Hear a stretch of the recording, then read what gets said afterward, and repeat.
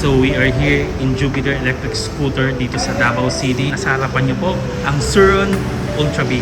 So sa lahat-lahat ng dirt bike na nakita ko this year, ito na ata yung pinaka-capable na mapibili mo.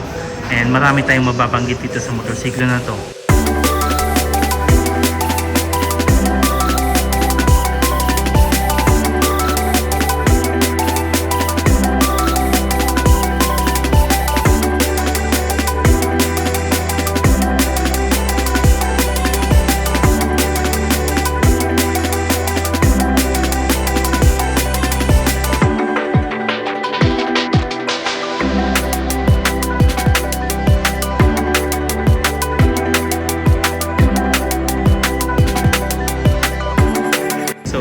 Going to check the bike, it's a little bit long but not too long, my dear friends. 1,380mm ang kanyang wheelbase. Tsaka pinaka-advantage din kapag nagtitrail ka is ang kanyang ground clearance. 318mm, 12.5 inch po yan. So napakataas niya talaga. Ang gara ng pagkakayari. Tignan nyo to, my dear friends. Ginawa nilang parang engine yung kanyang design. Meron din siyang skid plate dito which is practical and typically a dirt bike. Since this bike is electrified, pagdating sa kanyang numbers, performance, panalo to. Meron siyang 16.8 horsepower or otherwise 12.5 kilowatts, and meron din siyang 440 Newton meters of torque. A very torquey bike if you're going to ask me for its weight. Ang kanyang max range 140 plus kilometers. Depende sa paggamit yun. Kay sport mode, sinubukan ni Jupiter 100 kilometers lang po. Sa tingin ko makukuha mo yung more than 140 kilometers kung nag-off-road ka or otherwise kung naka-economy ka. For sure, kung beginner ka, mas madaling gamitin ang daily at saka economy. Ang kanyang 0 to 50 kph, 2.3 seconds only. Perhaps one of the fastest acceleration you're gonna find in a dirt bike. Top speed 96 kilometers per hour. It's not that bad for a dirt bike, or if you are planning to use it only on a city ride, pwede pa rin siya. So sound check tayo ng konti sa motorbike.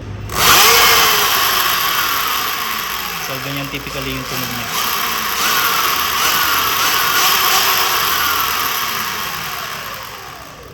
Ayos, panalo.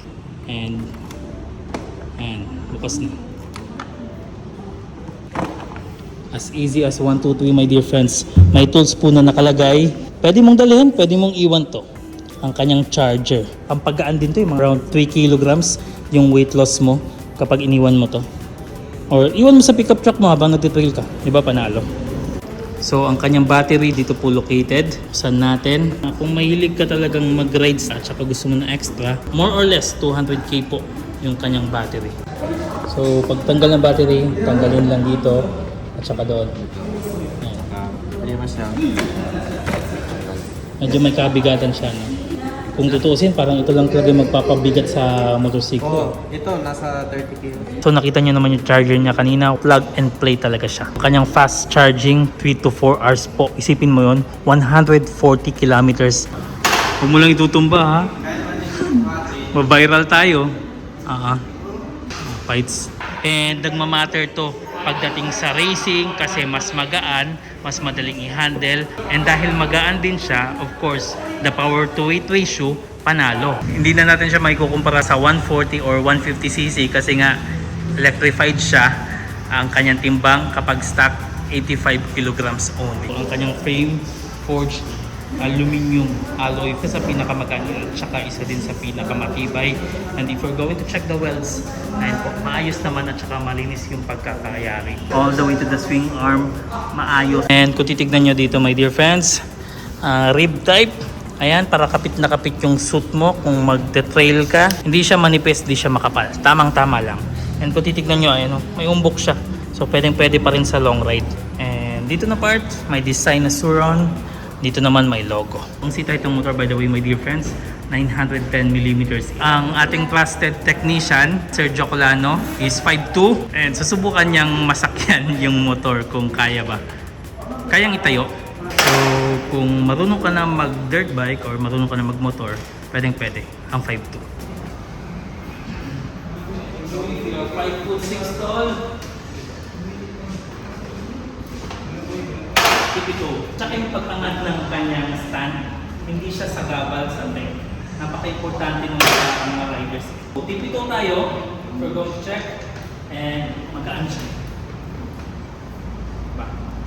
Kung titignan nyo, my dear friends, when it comes to the design, it's perhaps one of the most beautiful dirt bike na mabibili mo. And the moment you turn on the switch, ganyan po yung ilaw na makukuha nyo sa headlight. Dire-diretso po siya.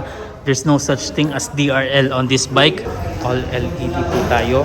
Ang kanyang turn signals, may hazard. It has a very bright pass switch, my dear friends, if you're going to ask me. Sa tinanggal sa kanya, by the way, kasi this is a demo unit and they're using it for off-road technically. Tinanggal nila yung side mirror, tinanggal nila yung plate holder dito, and yung kanyang turn signals and brake lights. Tama ba? Ayan, tama daw. By the way, pwede natin siyang ma-register and pwede din nating matanggal yung kanyang dual channel ABS and yung kanyang plate holder at saka turn signal sa likod kung magte-trail tayo. Meron din siyang handguards, saka sakaling sisemplang ka or may tatamaan sa kamay mo, hindi ka basta-basta may injure kapag nag-offroad ka. Aggressive yung dirt bike, especially because of its headlight. Yung headlight niya kasi, my dear friends, may pagka-motored yung kanyang datingan, yung kanyang fairing on this part, maganda yung pagkakayari. This is the white color combination, by the way, my dear friends. Meron silang black nito. If you're going to order, Jupiter will provide for you. Front fender, maangas ang kanyang datingan and malayo na malayo talaga sa kanyang tires. Wala siyang gaanong dinugtong dito kasi this is an electric. So ayun, kung may tatamaan, yung controller niya. Ayan. Tsaka dito na parte, medyo simplistic yung makukuha mo, my dear friends. Wala siyang yung tipong pinataba na fairings dito kasi hindi naman necessary na makasagap ng air. Maganda yung pagkakayari niya, yellow and white. Ayan po, Ultra B na decals on this part.